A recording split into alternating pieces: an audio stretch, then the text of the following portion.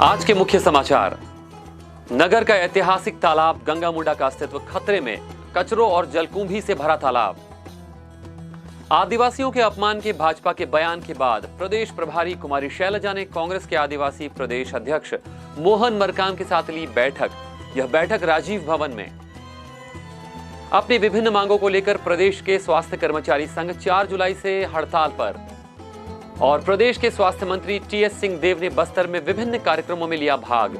Booth स्तर के कार्यकर्ताओं में भरा जोश। This programme is brought to you by VD pharmaceuticals, journey towards health. Bastar की बात में दिन भर की खबरों के साथ मैं हूं अमीन लीला। आइए बढ़ते हैं खबरों की ओर। दलपत सागर के बाद नगर का एक और ऐतिहासिक धरोहर माना जाने वाला गंगा मुंडा तालाब आज अपने अस्तित्व की लड़ाई लड़ रहा है। चारों ओर से अतिक्रमण करके लोगों द्वारा तालाब को छोटा कर दिया गया है। अब तालाब पहले जैसा नहीं रहा। निगम प्रशासन, जिला प्रशासन, राजनीतिक दल, स्वयंसेवी संस्थाएं और नगर के प्रबुद्ध जन सभी का ध्यान केवल दलपत सागर की सफाई पर ही जाता है। लेकिन वहीं नगर के मध्य ऐतिहासिक और पुरातन तालाब गंगा मुंडा तालाब की ओर कभी कोई अपनी कृपा दृष्टि नहीं डालता, जिसके कारण आज पूरा तालाब प्रदूषित पड़ा हुआ है, जलकुंभी से भरा है। तालाब के किनारे किनारे काफी गंदगी पसरी हुई है। क्या तालाब का सौंदर्यीकरण और सफाई महज दिखावा मात्र है, या फिर वास्तव में तालाबों के संवर्धन और संरक्षण की ओर एक कदम है? अगर तालाब के संरक्षण और संवर्धन की ओर प्रशासन के बढ़ते कदम है, तो यह कदम गंगा मुंडा तालाब की ओर क्यों नहीं है? गंगा मुंडा तालाब में सफाई के नाम पर सिर्फ छठ पूजा के दौरान थोड़ी बहुत साफ सफाई होती है। बाकी पूरे 12 महीने यह तालाब यूं ही गंदगी से लबालब पटा रहता है। नगरवासियों को उम्मीद और आशा है कि जिला प्रशासन, नगर प्रशासन और राजनीतिक दल गंगा मुंडा तालाब के जीर्णोद्धार के लिए भी कोई मास्टर प्लान तैयार करेंगे।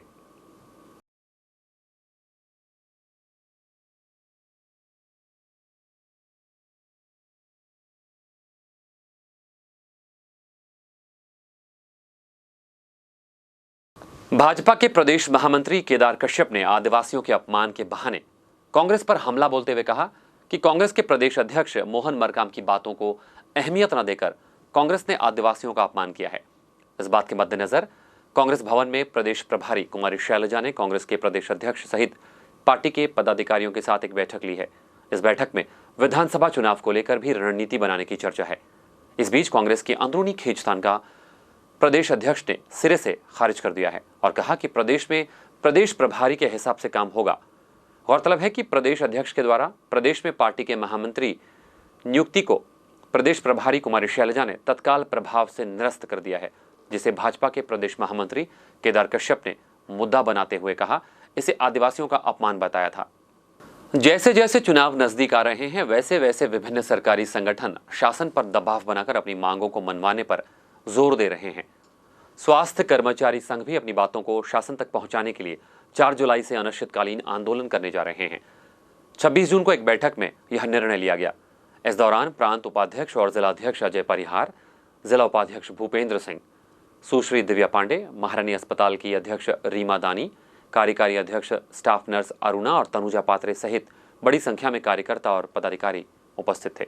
कल प्रदेश के स्वास्थ्य मंत्री टीएस सिंहदेव अपने 2 दिवसीय बस्तर प्रवास पर जगदलपुर पहुंचे। यहां उन्होंने विभिन्न कार्यक्रमों का भूमि पूजन किया और बूथ स्तरीय कार्यकर्ता सम्मेलन में भाग लिया।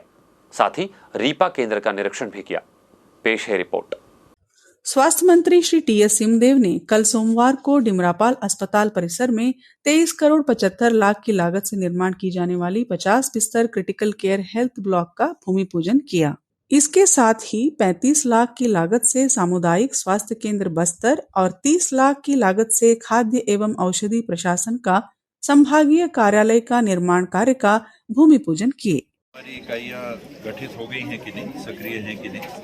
तो मुझे खुशी हुई चित्रकूट विधानसभा में विधायक जी ने और संगठन के साथियों ने जो व्यवस्था की है, एक दिन में करीब 48-49 पोलिंग बूथ की हम लोगों ने समीक्षा की और समस्त में संगठन पोलिंग बूथ का विद्यमान। इस अवसर पर बस्तर सांसद श्री दीपक बैज, चित्रकूट विधायक श्री राजमन बेंजाम, नगर निगम सभापति श्रीमती कविता साहू, पूर्व महापौर जतिन जायसवाल सहित गणमान्य जनप्रतिनिधिगण, SDM Tokapal, Rituraj Bisen, dean doctor Paikra सहित अस्पताल प्रबंधन के अन्य अधिकारी भी उपस्थित थे। इससे पहले स्वास्थ्य मंत्री श्री सिंहदेव ने तोकापाल जनपद के सिंघनपुर में संचालित ग्रामीण औद्योगिक पार्क की गतिविधियों का अवलोकन किया। रीपा में कार्यरत महिला समूह के सदस्यों से भी आर्थिक गतिविधियों के संबंध में चर्चा की। उन्होंने रीपा में प्रीमियम बेकरी इकाई के महिला समूह द्वारा बनाए बिस्किट को खरीदकर महिला समूह को प्रोत्साहित किया। स्वास्थ्य मंत्री ने लोहंडीगुड़ा के सीएससी का भी औचक निरीक्षण किया। उन्होंने केंद्र के द्वारा दी जा रही स्वास्थ्य सुविधाओं, दवाइयों की उपलब्धता और ओपीडी का भी जायजा लिया। एविजन न्यूज बस्तर की बात के साथ मैं विनाथ पाड़ीगार। जगन्नाथ महाप्रभु के गुंडीचा मंडप में इन दिनों श्रद्धालुओं का तांता लगा हुआ है। वहीं शहर के म्यूजिकल ग्रुप ने कल रात भजन संध्या में अपने स्वरों का जादू बिखेरते हुए देर रात तक लोगों को अपने भजनों पर झूमने पर मजबूर कर दिया। हम आपको बता दें कि इन दिनों सिरासार भवन के पास बने सांस्कृतिक मंच पर रोजाना कार्यक्रमों के होने से आसपास का वातावरण भक्तिमय हो गया है।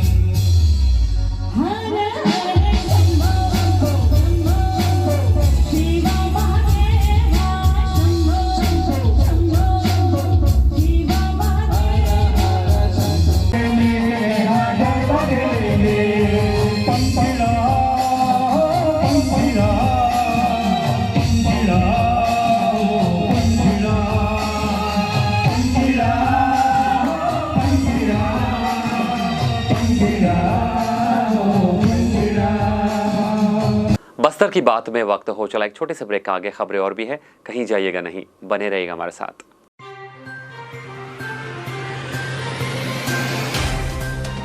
सफर जगतुगुड़ा से जगदलपुर का,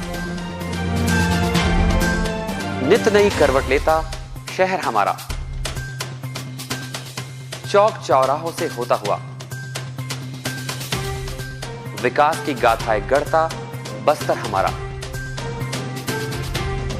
कई रंगों से सराबोर, कितनी ही कहानियों को समेटे, कहीं विकास के सोपान तो कहीं सरकारी दावे और उनका सच।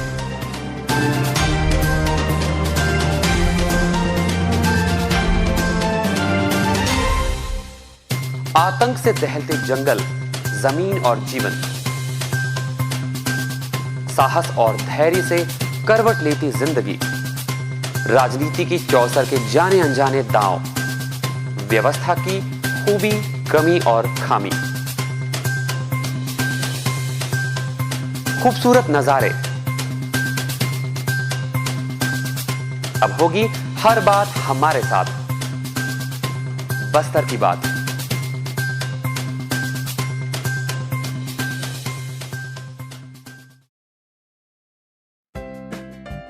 देश की जानी मानी इंटरनेट प्रोवाइडर कंपनी रेलटेल अब अपने शहर जगदलपुर में उपलब्ध। केबल टीवी और ब्रॉडबैंड पाइए एक साथ, बेहतर सर्विस, शानदार गुणवत्ता, हमेशा एक जैसी स्पीड यानी 100 Mbps।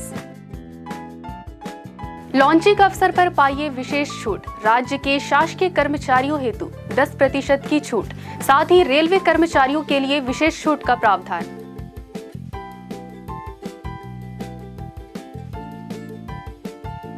इंटरनेट कनेक्शन हेतु तत्काल अपने केबल ऑपरेटर से संपर्क करें या कॉल करें 9425262386 पर या 9617185020 पर। ब्रेक के बाद फिर से आपका स्वागत है। मोदी सरकार के 9 वर्ष पूर्ण होने के उपलक्ष्य में भारतीय जनता पार्टी केंद्र सरकार के 9 वर्ष की उपलब्धियों को लोगों तक पहुंचाने के लिए घर घर जाकर संपर्क कर रही है और इसी बहाने आने वाले विधानसभा की चुनाव की तैयारी भी भाजपा ने शुरू कर दी है। भाजपा के नगर मंडल ने संतोषी वार्ड में डोर टू डोर जाकर मोदी सरकार के 9 वर्ष की उपलब्धियों को बताने के लिए कार्यक्रम किया, जिसमें भूतपूर्व पार्षद दिगंबर राव सहित भाजपा के वरिष्ठ नेता और कार्यकर्तागण उपस्थित थे। हमारे देश में प्रधानमंत्री मोदी जी के रहते हुए हमें कोविड से लड़ने के लिए पूरी दुनिया में सबसे पहले हमने टीका का इजाद किया। पूरे देश में फ्री में टीकाकरण का लाभ मिला। और क्या लाभ लिए दिया केंद्र सरकार से आप? आयुष्मान कार्ड, मोदी जी की आयुष्मान योजना का लाभ ले रहे हैं। अभी घर घर नल जल योजना लगने वाली है, उसका भी लाभ मिलेगा। इसके लिए मोदी जी का बहुत बहुत आभार और धन्यवाद। भारतीय जनता पार्टी इस वर्ष सत्ता वापसी के लिए अपना पूरा जोर लगा रही है। बूथ स्तर के सम्मेलन के बाद अब 30 जून तक वे डोर टू डोर संपर्क अभियान और फिर राष्ट्रीय स्तर के भाजपा के 2 बड़े बड़े नेताओं का छत्तीसगढ़ आना यह बताता है कि भाजपा सत्ता वापसी के लिए कोई कसर छोड़ना नहीं चाहती। चाहे सीआरपीएफ के स्थापना दिवस मनाने के बहाने गृह मंत्री और भाजपा के चाणक्य कहे जाने वाले अमित शाह का बस्तर आगमन हो या ओम माथुर या केंद्रीय मंत्री गिरिराज सिंह, यह सब दिखाता है कि भाजपा के वरिष्ठ नेताओं की नजर अब छत्तीसगढ़ पर है। भारतीय जनता पार्टी के राष्ट्रीय अध्यक्ष जेपी नड्डा का 30 जून को बिलासपुर आना यह बताता है कि आने वाले विधानसभा को भाजपा हल्के में लेने के मूड में नहीं है। बिलासपुर में राष्ट्रीय अध्यक्ष एक जनसभा को भी संबोधित करेंगे और प्रदेश पदाधिकारियों के साथ बैठक भी करेंगे। बिलासपुर के रेलवे मैदान में ऐतिहासिक जनसभा के लिए पार्टी की तरफ से तैयारियां तेज कर दी गई है। बारिश का मौसम शुरू हो गया है और किसान अब अपने खेतों की जुताई करके खेतों को फसल लेने हेतु तैयार कर रहे हैं। खेत तैयार होते ही बुआई और फिर खाद बीज। लेकिन इसी बीच भाजपा के प्रदेश प्रवक्ता ने बीज की कालाबाजारी का आरोप लगाया है। भाजपा का आरोप है कि पूरे प्रदेश में खाद की कालाबाजारी हो रही है। प्रदेश प्रवक्ता संदीप शर्मा ने कहा कि पिछले 2 माह से महामाया राजेश्वरी धान का बीज नहीं मिल रहा है और किसानों को 24 रुपए के बजाय 70 से 75 रुपए प्रति किलो के हिसाब से बाजार से मजबूरीवश बीज खरीदना पड़ रहा है। भारतीय जनता पार्टी के प्रदेश प्रवक्ता ने आगे कहा कि खेतों में धान के बीज के अंकुरण के साथ ही किसानों को यूरिया खाद की जरूरत पड़ेगी और प्रदेश सरकार यूरिया खाद की आपूर्ति सहकारी समितियों को नहीं कर पा रही है। इसीलिए एक बार फिर किसान खाद की कालाबाजारी की मकड़ जाल में फंसने के लिए मजबूर हो रहे हैं। कल 26 जून को प्रदेश में शाला उत्सव मनाकर प्रदेश सरकार ने नए शिक्षा सत्र की शुरुआत की। छत्तीसगढ़ शासन ने बस्तर के सुदूर नक्सल प्रभावित स्थानों पर भी स्कूल खोलकर बस्तर वासियों को भी शिक्षा जैसी मूलभूत सुविधाओं से जोड़कर रखा है और उनके उत्तरोत्तर उन्नति की ओर एक कदम बढ़ाया है। पेश है रिपोर्ट। कल 26 जून को शाला प्रवेशोत्सव मनाया गया। मुख्यमंत्री श्री भूपेश बघेल ने इसकी शुरुआत की। मन में उत्साह उमंग लिए घर से पहली बार स्कूल जा रहे बच्चे हो या गर्मी की छुट्टी बिताकर आगे की कक्षा में प्रवेश लेने वाले विद्यार्थी, आगे बढ़ने की उम्मीद के साथ अपने सपनों को साथ लिए मेहनत कर रहे इन बच्चों से उम्मीदें सभी को होती हैं। सरकार और अभिभावकों की एक बड़ी जिम्मेदारी होती है कि इन बच्चों को अच्छी शिक्षा मिलने के साथ ही उनका व्यक्तित्व का विकास भी हो। सभी वर्गों के बच्चों को गुणवत्तापूर्ण शिक्षा मिले, इसके लिए छत्तीसगढ़ सरकार बच्चों की शुरुआती शिक्षा उपलब्ध कराने के साथ ही उनके आगे की शिक्षा के लिए भी सुविधाएं उपलब्ध करा रही है। आदिवासी बहुल्य छत्तीसगढ़ वनों से घिरा हुआ है। यहाँ पर 44% से अधिक वन क्षेत्र हैं। छत्तीसगढ़ सरकार ने समग्र विकास की अवधारणा के आधार पर योजनाओं का निर्माण किया। राज्य सरकार ने न्याय योजना और दूसरी योजनाओं के माध्यम से ग्रामीण अर्थव्यवस्था को मजबूती देने के साथ ही इन इलाकों में अच्छी शिक्षा उपलब्ध कराने को एक चुनौती की तरह स्वीकार किया। आज यहाँ पर वैश्विक भाषा अंग्रेजी में गरीब बच्चों को गुणवत्तापूर्ण शिक्षा दिलाने के लिए स्वामी आत्मानंद अंग्रेजी माध्यम स्कूल का निर्माण किया गया है। गरीब परिवारों के बच्चे भी निजी स्कूलों जैसी सुविधाओं के साथ उत्कृष्ट शिक्षा का लाभ ले सके, इसके लिए स्वामी आत्मानंद उत्कृष्ट विद्यालय योजना के माध्यम से आज अंग्रेजी माध्यम के 377 एवं हिंदी माध्यम के 350 स्कूल शुरू किए गए हैं। इसका असर ये हुआ कि इन स्कूलों में प्रवेश लेने के लिए विद्यार्थियों की होड़ लगी हुई है। निजी स्कूलों के बच्चे भी आज इन सरकारी स्कूलों में प्रवेश पाने के लिए जतन कर रहे हैं। स्वामी आत्मानंद अंग्रेजी माध्यम स्कूल की लोकप्रियता का अंदाजा इसी बात से लगाया जा सकता है। मुख्यमंत्री श्री भूपेश बघेल के भेंट मुलाकात कार्यक्रम के दौरान हर जगह इन स्कूलों की मांग की गई। बच्चों के अभिभावकों पर आर्थिक बोझ न हो, इसके लिए स्कूल खुलते ही छात्रों को निःशुल्क पाठ्य पुस्तकें, स्कूल यूनिफॉर्म इत्यादि प्रदान किए जा रहे हैं। छात्राओं को प्रोत्साहन देने के लिए कक्षा 9वीं में प्रवेश लेते ही निःशुल्क साइकिल प्रदान की जा रही है। स्कूल के विद्यार्थियों के लिए पढ़ाई में किसी प्रकार की बाधा उत्पन्न न हो, इसके लिए जर्जर हो चुके स्कूल की मरम्मत भी की जा रही है। उनका रंग रोगन किया जा रहा है। इसके लिए मुख्यमंत्री जतन योजना के माध्यम से 29,284 स्कूल भवनों के लिए 2,000 करोड़ रुपए की योजना बनाई गई है। इसके साथ ही शासकीय स्कूलों में शिक्षकों की कमी नहीं रहे, इसके लिए राज्य सरकार द्वारा 10,884 शिक्षकों की नियुक्ति की जा चुकी है और 12,000 से अधिक शिक्षकों की नियुक्ति किया जाना प्रक्रियाधीन है। 5 से 6 वर्ष तक की आयु के बच्चों को सीखने एवं समझने की क्षमता के विकास के लिए बालवाड़ी योजना संचालित की जा रही है, जिसमें बच्चों को सीखने एवं समझने की क्षमता का विकास खेल खेल में किया जा रहा है। पिछले साल 5,173 बालवाड़ियां शुरू की गई थी। दूसरे चरण में 4,318 बालवाड़ियों का शुभारंभ मुख्यमंत्री श्री भूपेश बघेल ने शाला प्रवेशोत्सव के दिन 26 जून को किया। इस प्रकार राज्य में बालवाड़ियों की संख्या 9,491 हो गई है। एविजन न्यूज बस्तर की बात के लिए मैं वीणार पाड़ीगार। जिंदगी हमारे आसपास। जिस देश में रेल यात्रा के बिना जीवन यात्रा अधूरी सी लगने लगे, उस मुल्क में रेल का सफर सुरक्षित भी होना जरूरी है। बालासोर रेल एक्सीडेंट के बाद से भारतीय रेल विभाग जिस अंदाज से चौकन्ना हुआ है, उसकी तारीफ की जानी चाहिए। एक रेल यात्रा को अब हर कोण से निहारा जाने लगा है। भारतीय रेल के यात्रियों को उनकी सुरक्षा को लेकर हर तरह से आश्वस्त किया जा रहा है। आज यही विषय है हमारे दैनिक अंक जिंदगी हमारे आसपास का। गौर से देखिएगा। कहीं दरख्तों के साए और कहीं परिंदों की प्यास, बिखरी हुई है जिंदगी हमारे आसपास।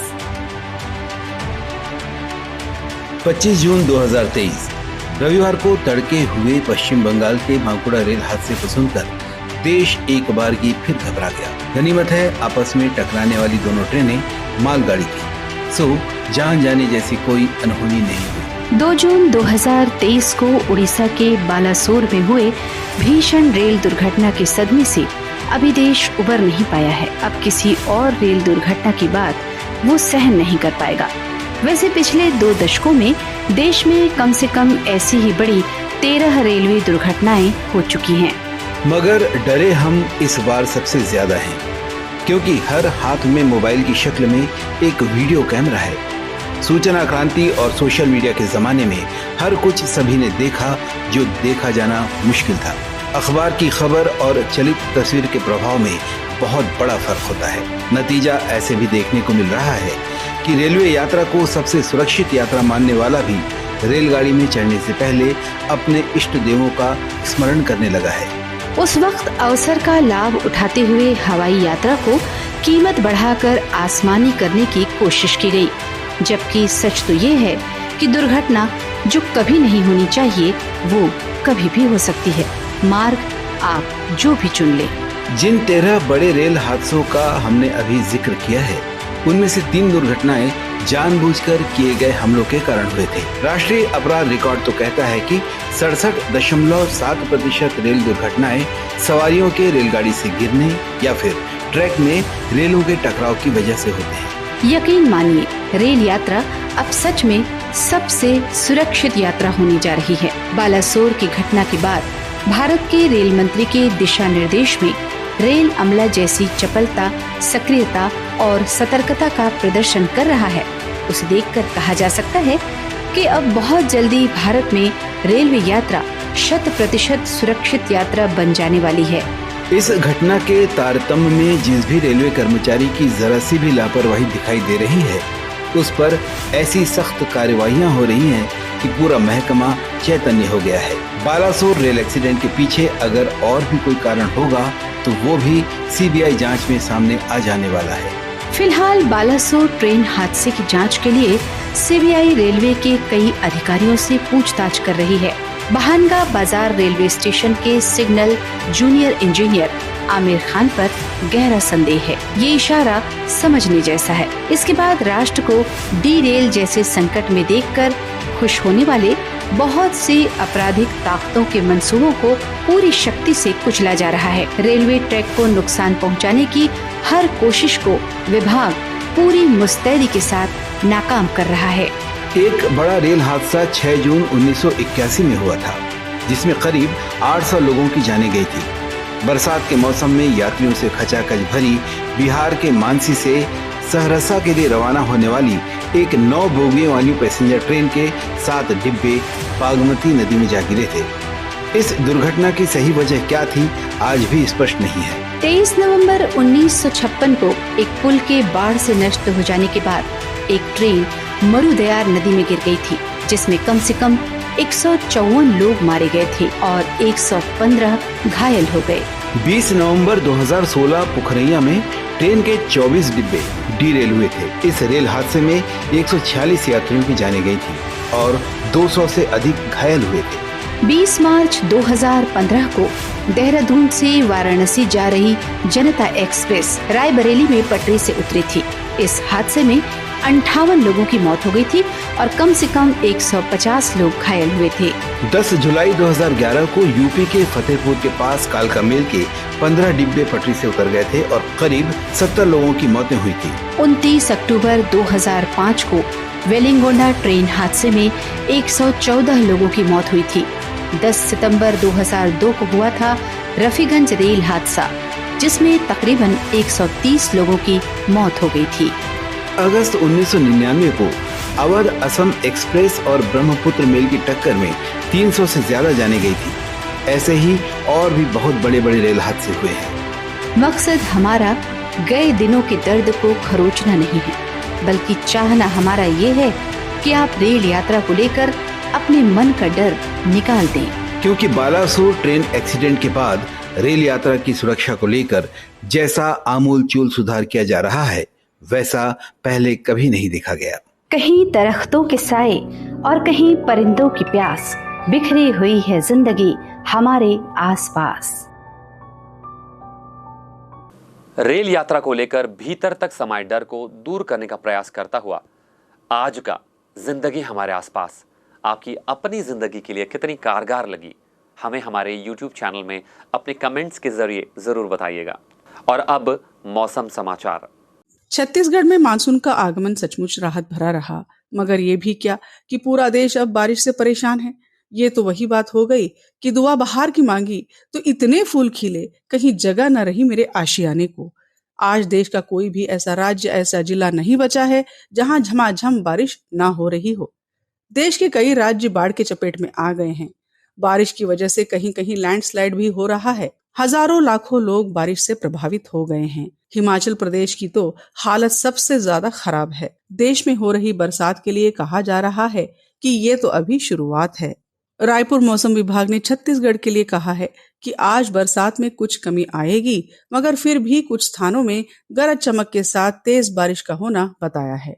कल रिमझिम के बीच छत्तीसगढ़ के सूरजपुर में ही शायद सूरज थोड़ा चमक पाया होगा, क्योंकि 31.9 डिग्री सेल्सियस तापमान पर वही रहा छत्तीसगढ़ का अधिकतम तापमान।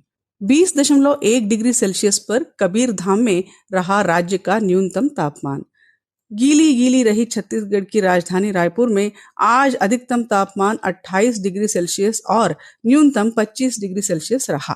मौसम की मार न बने कहीं ये रिमझिम फुहार। एविजन न्यूज बस्तर की बात के लिए मैं वीणार पाड़ीगार। आइए चलते चलते एक बार फिर से नजर डालते हैं आज के मुख्य समाचारों पर।